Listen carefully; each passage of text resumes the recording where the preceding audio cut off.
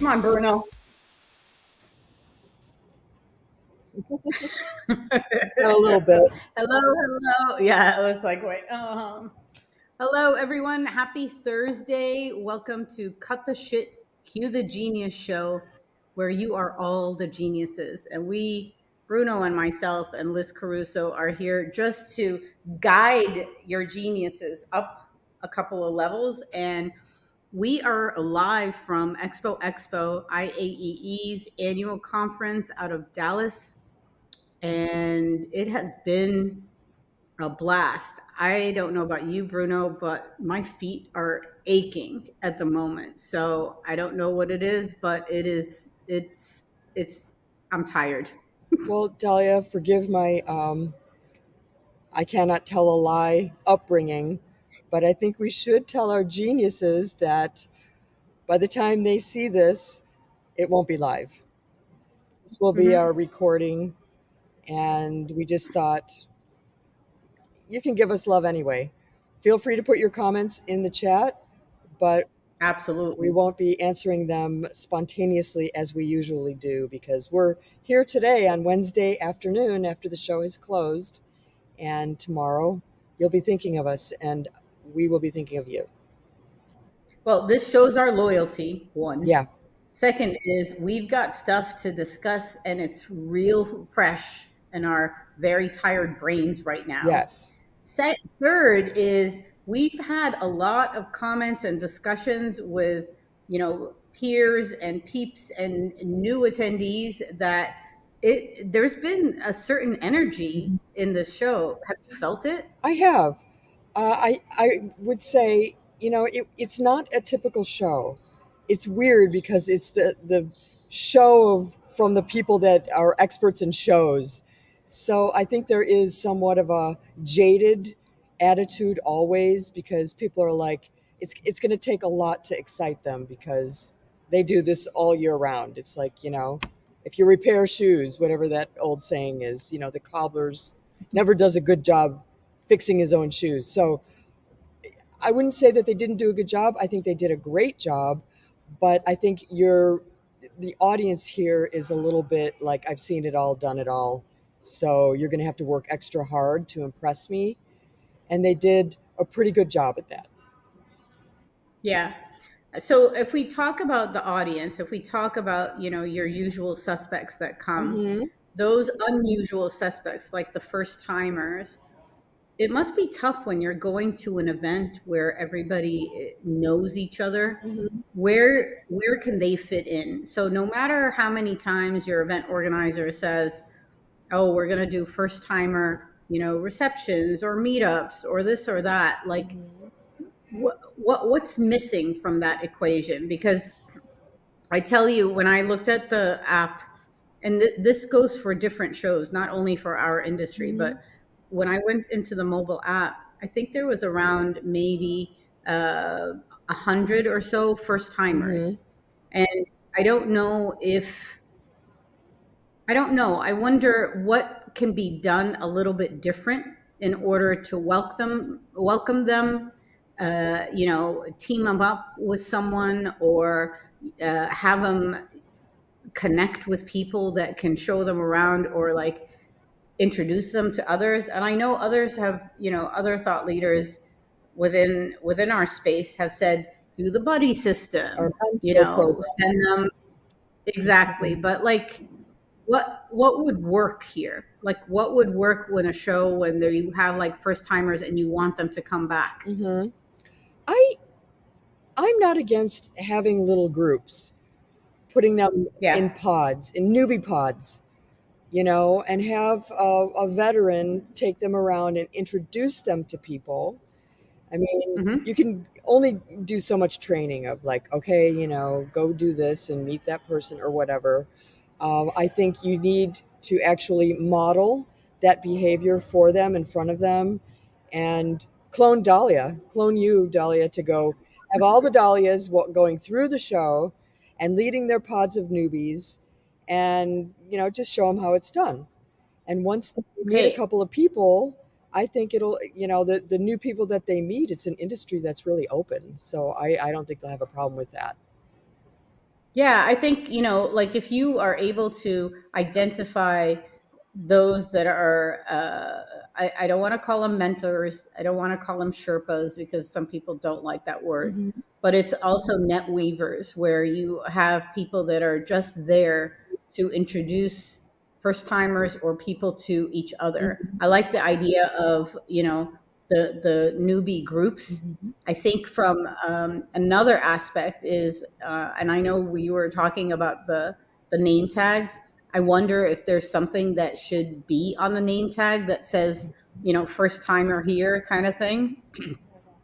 So, but also, so if it's attendees, what about from the exhibitor side? So, like IAE did a great job where it said new exhibitor on the floor Yeah. as a sticker Hmm. for those that are just like brand new to Expo, which I think is a great indicator. Hmm. What are ideas that you might have in regards to first time exhibitors? Hmm. Well, I'm kind of, like brain cells are a little bit used up right now. We've got the newbie pods.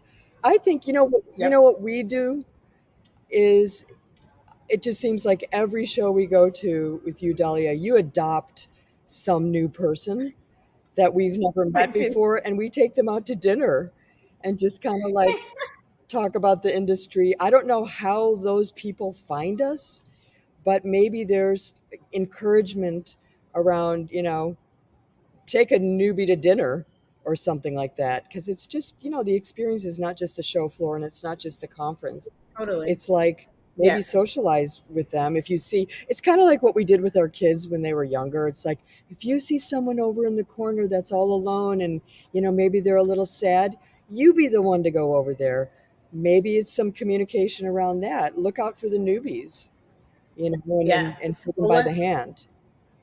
definitely. I think from an exhibitor perspective, obviously handholding them or having them reach out to first time attendees Mm-hmm.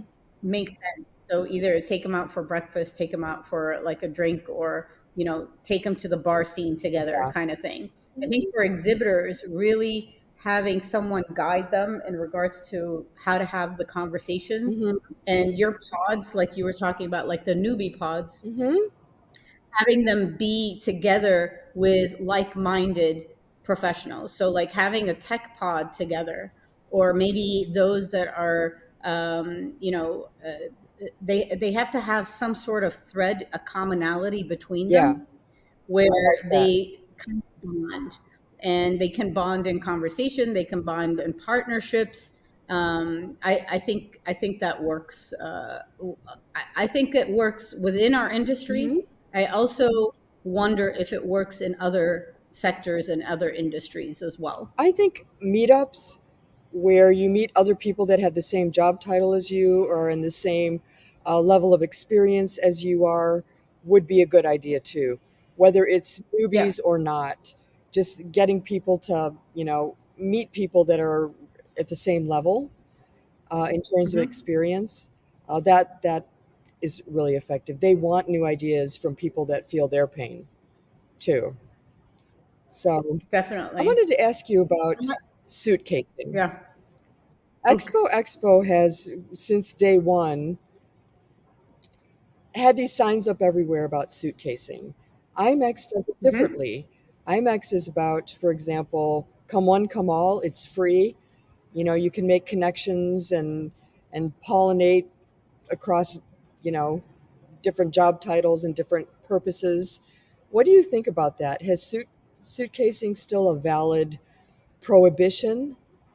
And suitcasing is if you're not exhibiting, if you're working the show floor, presumably Yeah, taking and you away can get kicked business, out. right, from other exhibitors. Do you think that still works in this day and age where everything is shared, everything is open, people just want to be with other people, whether they're suppliers or organizers? What are your thoughts on that? I think it should not be a thing anymore. Yeah. I think that suitcasing is an old way of thinking. Yeah. I think a suitcasing is an old way of doing business. Mm-hmm. And I think there's lost opportunities for those that are exhibiting, that are suppliers, for example, or have services. that should be attending your show. And there are ways where you can turn them into, whether it's sponsors, exhibitors, stakeholders, marketing engines, for Mhm. whatever you want to call it. Yeah. But for you to label them as suitcasers and for you to make such a big deal out of it, instead of have them come, have them register, have them pay for the registration, or if it's a free event, for example, to check out the show, Mhm. and to have someone guide them and show them the value of the show Yeah. when it comes to their business or their profession. Either have them partner up with someone who is a brand ambassador of the show that's been coming for several years, that can almost convert them, if you will, Mhm. but they are part of the funnel. Yeah. And for you to call it out, put like signs out, not turn them into, Criminals. loyal event participants. Exactly. But the thing is, you can take a look at an attendee list and you will know for a fact by company name or by whatever they're, interested in, how you can turn them into a paid sponsor or a paid event participant, no matter what. So it could be a bunch of companies that are just checking it out, Mhm. see if they're going to exhibit going forward. It could be those that are thinking, I want to be part of it. Yes, I want to sponsor. They don't have to have a 10 by 10 or, a 20 by 20. What if they wanted to um, gather insights or do a report or a survey or a focus group? Give them access to the database, with all GDPR, whatever you need Mhm. in place, and have them pay for it. Mhm. And, or maybe it's a business that's trying to understand whether this should be their vertical or not. Mhm. But don't, I wouldn't go, I think I wouldn't go as far as saying suitcasing is not allowed. And the violation is, I don't know what, will put you in jail. It's not monopoly. Yeah, you Like, get kicked just, out or whatever, removed from the show floor. It kind of reminds me, remember when taking a photo on the show floor was yes, so taboo, and now it's like yes, photo, video, any way you can capture please, content. Yeah, it's like everyone's please do everywhere. it. Well, maybe we should get to the meat of it. Did you think it was a good show? Expo? It Did you was, get that it good was a good, feeling? I did get a good feeling. I think the timing of it, where it is like the last hurrah, where people are, you know, uh, where people are sort of just getting together, hugging, the kissing, just reconnecting before the next year. I think the timing is critical. I also think that the way, I think it was a good show in the sense of, I heard a lot of people say that they met quality people. So whether exhibitors are prepping up, like making appointments before the show, or their marketing is really kicking in, then they're doing something right. So I know for a fact, like exhibitors, especially in the Tech to Grow collective area, they really worked hard on trying to focus on those attendees that they wanted to meet up with. I think those that did not enjoy the show or did not get anything out of the show are the ones that didn't really do a lot of effort or get out of their booth. There were some booths that I saw, it was same old, whether it's wallflower or whether it's a bunch of staff members, and they are in the 10 by 10 area, did not move. Yeah, but then you had the other thing. We won't name names, but we had an exhibitor across from us. It's like a 10 by 10 with like, I don't know, 10 people in Seven. it, 7 people. And they were in the booth, in the aisles, like spilling out over into the thing. I mean, it used to be that, you had to stay within the confines of your booth. Otherwise, you were sort of Yeah. reprimanded. But I don't know if that's a good thing or a bad thing. It is a bit overwhelming to Hmm. attendees. So we'll see. One thing that was notable is some of the biggest players in the industry had small Yes. booths, and also the Yes. reverse. some that you would think were smaller or not having been in the industry for that long had really large booths. What do you think that was about? Maybe I size think doesn't in matter. 2024, size does matter. Mhm. I think size of the booth will matter even more in 2024 and beyond. Mhm. I think we're at a point right now where if you have some sort of attraction or activation or something that is fun, Mhm. potentially don't need to have the 40 by 40 island and the double decker, etc. Mhm.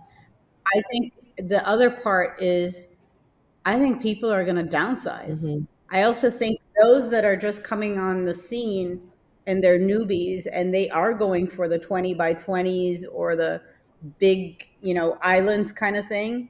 If you dig deep, you probably will see that it's a barter of some kind, or if it's a marketing partnership with the event organizer, for example. So every kind of booth has a story, if that makes sense. But I honestly think going forward, you're going to see less booth personnel Mhm.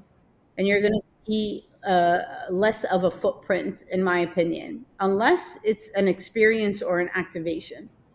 I think you're going to see more of that, and you're not going to see this island versus lineup of booths. Mhm. And to be honest, I think people are sick and tired of them. Yeah, I think there's a strategy that should really be employed by exhibitors. Start in a hub if they have one with a pre-built kiosk where you can walk in and everything's all ready for you. The next year, go to a 10 by 10 if that was successful. The year after that, if you think you can pull in the attendees, if you do your pre-show marketing, maybe go to a 10 by 20, but make it kind of progressive as you grow as a company, as you survive as a company, and by year 5, you're playing with the big boys and girls.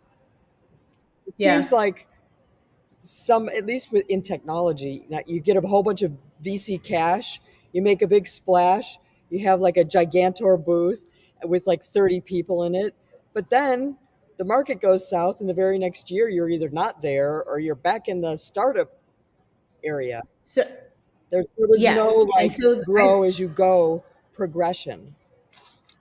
which tends to change the conversation with biz dev and the sponsorship Yeah, team. So why can't you have a multi-year like commitment yeah, based on growth yeah, or based on leads or based on something, so that you are looking forward to a different type of experience year over year. yeah.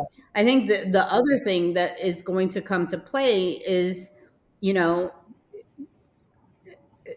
sometimes you find companies, like I went around the show floor and I'm like, oh man, they're still in business because I haven't heard from Yeah. them all year round. Hmm. So I think it's going to come to a point where it's like companies are going to have to really evaluate, are you at a trade show so that others don't think you're dead or that your company's not doing well? Yeah. And this is a dilemma. Hmm. So, like, there's a couple of suppliers and event tech companies that are asking us right now to help them revise their event strategy in 2024 Hmm. for a couple of reasons. They've been at shows not getting leads. Hmm. They've been at shows, the marketing has failed. They're either their staff turnover doesn't lend itself well to representation, proper representation of brand or product or service. Hmm. They decided they're going to do their own shows Yeah. and their own road show. And I tell, like, I'm very much into, if that's the case and you have a solid number uh, of brands that want to do their own road show, have them co-locate with you. Yeah. The convention centers are big enough, the hotels are big enough. Hmm. Give them the hospitality suite, put them on the program, Yeah. let people go there, Hmm. let it be almost their booth, and it's a hub and spoke type of model. Yeah. But if we don't get out of this way of, no, they can't, they have to be an exhibitor if they want access to the app and blah blah blah, you're gonna die real quick. So I think two things that worked really well, the feedback that I got. We always complain about the mobile app. It worked. It Yes, worked this year. it And we worked. can call it It worked. High five. we can It call it worked. out. Swap card, we think you did a really good Yes. job. The lead retrieval worked. We always seem to be connected. Yeah, I think you did a good job. We did. They did. IAEE, you did a good job letting Swap Card do it. Yes. Swap Card, you did a good job. The other thing was that there was a platform for pre-setting meetings. I mean, how we Hmm. survived without that years ago, I don't know. But a lot of people that I talked to used it and they got 10, 20 appointments right off the bat. And people were coming Right. and observing those appointments. The third thing was that people that were in the CEM course were encouraged to and incentivized to go visit booths. They were given that as an Nice. assignment, and that worked as well. People were coming up and saying, yeah, I'm here because I'm in the program. I want to see X, Y, and Z. So those three things were well done, Expo. Yeah.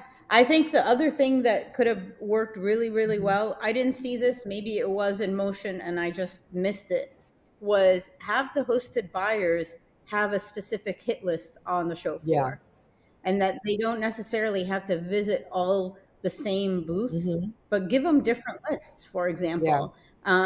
They Not might in only different just to say, product categories, like hit up a destination, hit up a tech one. Yeah. Yeah, I like that idea. but the whole thing is do it with your first timers, do it with your students, do it with your hosted buyers, for example, or do it with your first time exhibitors. One missed opportunity, which I don't know why it's not like optimized, for example. And this is one thing that we told our tech collective partners is, what's your wish list? Hmm. So your wish list, meaning those on the attendee side that you want to meet, but who's on your wish list, or what kind of companies do you want to talk to as partners that are on the show floor? Hmm. So that way, your first time exhibitors, for example, they should also have a hit list. Hmm. If you have a new company that is interested to speak to registration companies, Hmm. then have someone like a Bruno, or have someone that knows that space, knows the faces, Hmm. take that person and introduce them in person to the others within that category, and the reason why you're doing it. Hmm. And I think this is where the personalized journeys are going to take a turn. But more so than anything, this is a sales kind of strategy Hmm. or tactic. Yeah. It's personalized, it's customized to your needs. The full idea is not only leads. Hmm. We are in relationship selling 100% right now. Hmm. And so I think this is the time where we have to almost like rethink, how are you putting those sponsorship packages together? What are the value adds that you can put in? Not only, oh, you get your logo, on a back wall and that's it, but I can introduce you to so and so and so and so, and I think that's gold. What were some of the activations that stick out in your mind on the show floor? I know one or two that All I right, thought so were we good. won a teddy bear. Freeman, we won a teddy bear doing a ring Yeah. toss at Freeman. Okay. VES had a carnival, Yep. so we were able to do the whole claw machine thing. That's kind of addicting.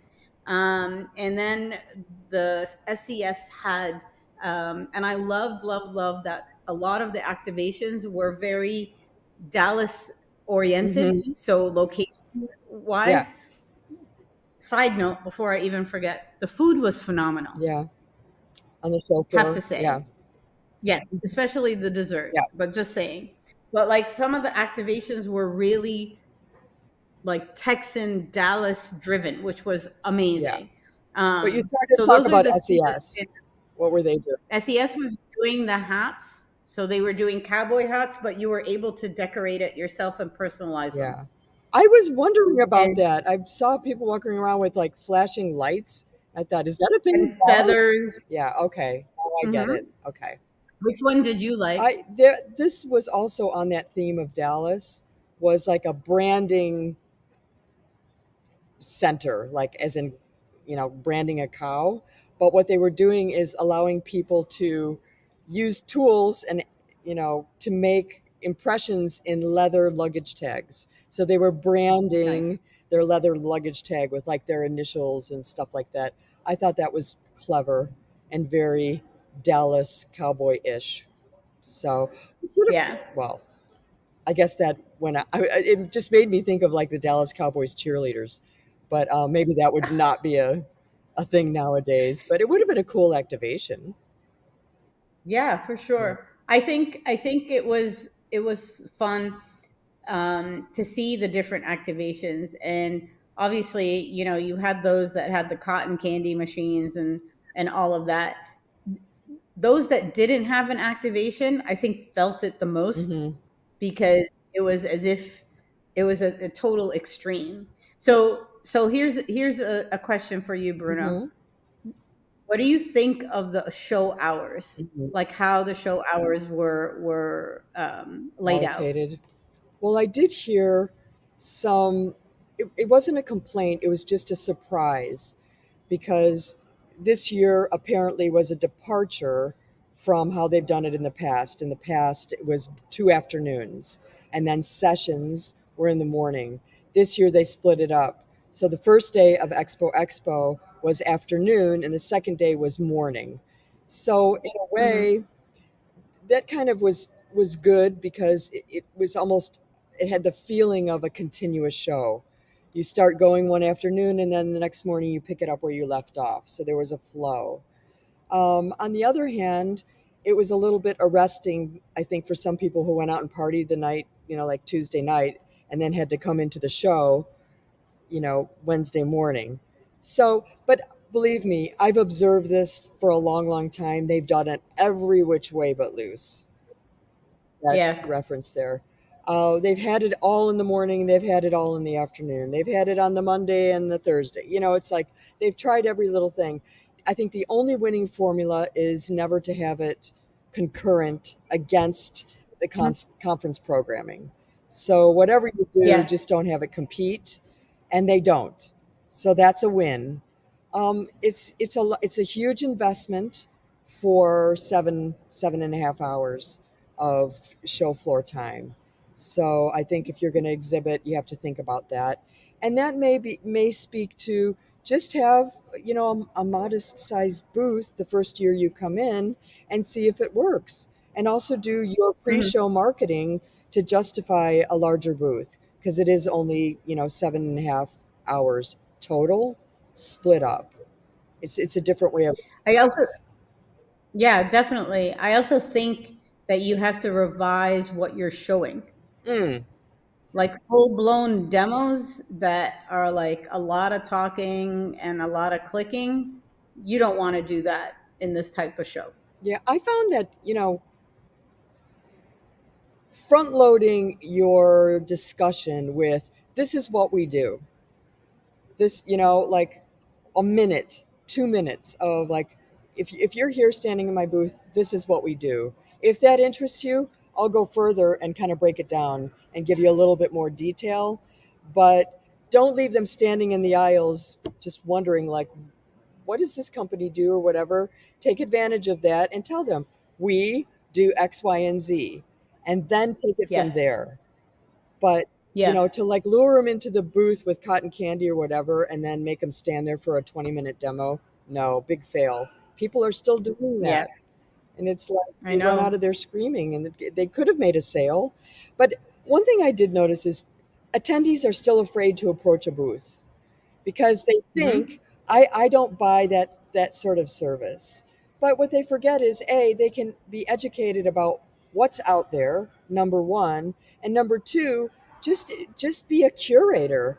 Curate it, make it in your mental Rolodex for some other time. Because what I explained to one person is like, you aren't going to be in this job forever. So you need to know Right. what's out in the marketplace for your next job. So you can go in Right. knowing what kind of services and technology and whatever is out there for your own personal brand. You're selling Yeah. yourself as well as, finding things out that are new for your company. So Yeah. I take mean, it that makes me leap. Don't be wonder. scared. it makes me wonder where, like you said, if you're curating and if you bring in your perennial Yeah, idea of curious. being Yeah. curious, right? I wonder if, especially if companies are sending groups to a show like Expo Mhm. or to, an industry show, should they divide and conquer? And for those products, services, solutions, they do the 7 minute, hello, what are you up to? What are you doing? What can you do for me kind of thing? And then potentially maybe do like a part two as a Zoom for the entire group back home, or those back home within the company that are interested with for that specific service or product, and just have the demo be virtual for more people. Yeah. So, what's your final comments? I have mine. Like, what's your is good show, bad show, up, down, win, fail? What's the final thing? I think it was a good show. Yeah, I I agree. think it was a good show. Yeah. I think, the people, I think the vibe, I think the energy, and the content piece. I think it was a good mix of a great show. Yeah. I know. What about you? I noted mentally that there's a changing of the guard, very definitely. Yes. There were a lot of veterans that I would have expected to see that weren't there, but they were replaced by a lot of new faces. And that usually, it demonstrates that there's potential in bringing these people Hmm. up and educating them and trying new things, and they're going to be receptive. So finally, I felt like the people that were always saying no, no, no, we know it all, are slowly retiring and moving on or whatever. And the people that are like, yeah, give me some new ideas. I need to know what's going on in this space. We're coming in. I Yeah. visibly, emotionally, in every which way, that's how I felt. So I thought from that standpoint, it bodes well. Nice. Yeah, Yeah, me too. So LA, December 17th to the 19th yeah, next year. yeah. I'm a little bit nervous about that, but I think this is what you got to work with. These are the dates that are available. You just gotta you gotta dance with the one what brung you, you know. Yeah, And if they do it right, then maybe fold the holidays into it. Maybe make exactly. it thematic in that way. All of the different holidays. It doesn't always have to be Christmas.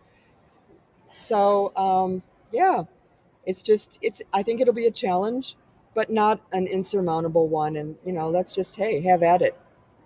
Let's go. Yeah, Let's definitely. go. Do your Christmas Awesome. shopping. Maybe they set up Listen, little Christmas gifts. Local LA we're merchants. a little Christmas village. Yeah, why not? Hey, There you go. That's an activation for yep, you. I'm in. Perfect. It was Awesome. great. Well, this has been great. Yep. Let's And so, and next week, we're going to talk about tech. That's we're going all to I talk know. about tech. That's all I Yep. know too. If anybody has any topics or questions or pet peeves or what we should stop talking about when it comes to tech in 2024, Yep. please DM us. We are more than happy to have you on the show. Hmm. And we look forward to seeing you next Thursday. Please check out our podcast as well. We will put the URL for you to download, to listen to rate, all of that good stuff within the comments. And we hope you have a wonderful weekend. Bye, Bruno.